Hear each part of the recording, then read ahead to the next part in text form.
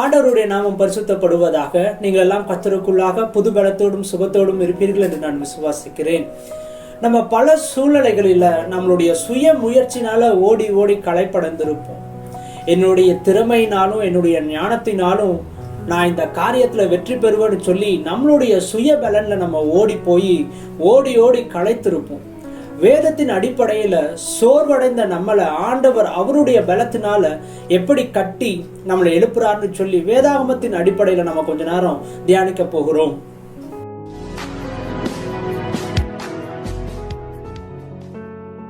லூக்கா 5வது அதிகாரம் 3வது 4வது 5வது வசனத்தை வாசிச்சு பாருங்க. ஆண்டவர் பேதுருவோட படகுல ஏறி அந்த படகை கொஞ்சம் தூரம் கடலுக்குள்ள தள்ள சொல்றாரு. கடலுக்குள்ள தள்ளினதுக்கு அப்புறம் ஆண்டவர் அங்க இருந்த மக்களுக்கெல்லாம் சுவிசேஷத்தை சொல்றாரு. சொன்னதுக்கு அப்புறம் பேதுருவை பார்த்து ஆண்டவர் சொல்றாரு, நீ போய் இப்ப ஆழத்துல வலைய வீசுன்னு சொல்லி. அதுக்கு முன்னாடி பேதுரு ஆண்டவர்கிட்ட எதுவுமே சொல்லல.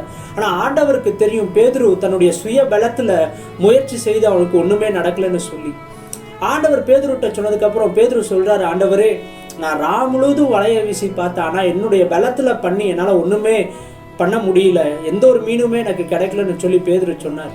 ஆண்டவர் திரும்ப சொல்றாரு, நான் சொல்றேன் இப்ப நீ போய் ஆழத்துல வலைய வீசுன்னு சொன்னார். பேதுரு அதுக்கு எந்த ஒரு மறுபேச்சும் சொல்லல. ஆண்டவருடைய வார்த்தைக்கு கீழ்ப்படிந்து பேதுரு கடலுக்குள்ள போய் ஆழத்துல வலைய வீசினாரு. நம்ம எல்லாத்துக்கும் தெரிந்த மாதிரி வலை கிழிஞ்சு போகத்தக்கதான மீன்களை ஆண்டவர் பேதுருக்கு கொடுத்தாரு.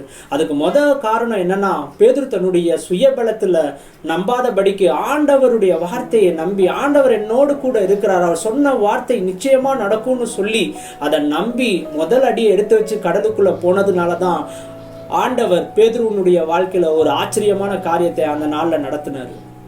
நான் இன்னொரு காரியத்தையும் உங்களுக்கு நான் காட்ட விரும்புகிறேன். அப்போஸ்தலர் 16வது அதிகாரத்தை வாசித்து பாருங்க. அந்த நாட்களில் இருந்த அதிகாரிகள் யூதராகிய பவுலையும் சீலாவையும் ரோமராகிய நமக்கு புது புது காரியத்தை நமக்கு சொல்லித்தராங்க, இவர்களை சிறைச்சாலையில பிடிக்கணும்னு சொல்லி அவங்களுக்கு விரோதமா பிளான் எல்லாம் பண்ணி சிறைச்சாலையில அவர்களை கொண்டு போய் விட்டுறாங்க. அதுக்கு முன்னாடி அவங்களை அடிக்கிறாங்க, காவல்ல வைக்கிறாங்க, பல காரியங்கள் அந்த நாட்கள்ல நடக்குது. பவுலும் ஷீலாவும் செய்த ஒரே ஒரு காரியம் என்னன்னா, தன்னுடைய சுய பலத்துல போய் எந்த ஒரு அதிகாரியும் மீட் பண்ணல, தன்னுடைய சுய பலத்தை நம்பி இங்கிருந்து தப்பிச்சு போகணும்னு எதுவுமே பண்ணல. பவுலும் ஷீலாவும் பண்ண ஒரே ஒரு காரியம் வேதாகமம் 25வது வசனத்துல தெளிவாய் சாட்சி கொடுக்கிறது, ஜெபம் பண்ணி தேவனை துதித்து பாடினார்கள்னு சொல்லி. அதனாலதான் அவங்க சிறைச்சாலையின் கதவுகள் அவர்களுக்காக திறந்தது. முதலாவது பேதுரு தன்னுடைய சுய பலத்துல ஓடுறாரு, வலைய வீசுறாரு, ஒன்னும் அகப்படல. ஆண்டவருடைய வார்த்தைக்கு கீழ்ப்படிஞ்சாரு, அவருடைய பிளானை நம்பினாரு. ஆண்டவர் பேதுருக்கு முன்பதாக ஒரு பெரிய அதிசயமான காரியத்தை செஞ்சாங்க.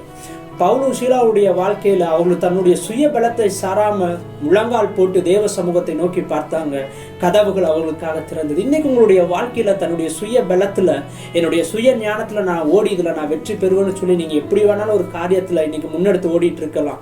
நீங்க வீடு கட்டுற ஒரு பிளான்ல இருக்கலாம், வேலைக்கு போற ஒரு பிளான்ல இருக்கலாம், ஒருவேளை திருமண காரியத்துல ஒரு பிளான்ல இருக்கலாம். ஆனா கர்த்தருடைய சமூகத்துல உட்கார்ந்து என் சுய பலன் அல்ல, சுய ஞானம் அல்ல, உம்முடைய கிருபை, உம்முடைய வழி நடத்துதல் எனக்கு வேணும்னு சொல்லி நீங்க ஜெபிக்கும் பொழுது உங்களுக்காக ஆண்டவர் கதவுகளை திறந்து உங்களை அதன் வழியாய் நடத்தி உங்களை ஆசீர்வாதமாய் அமர பண்ணுவார். கர்த்தர் தாமே உங்களை ஆசீர்வதிப்பாராக. God bless you.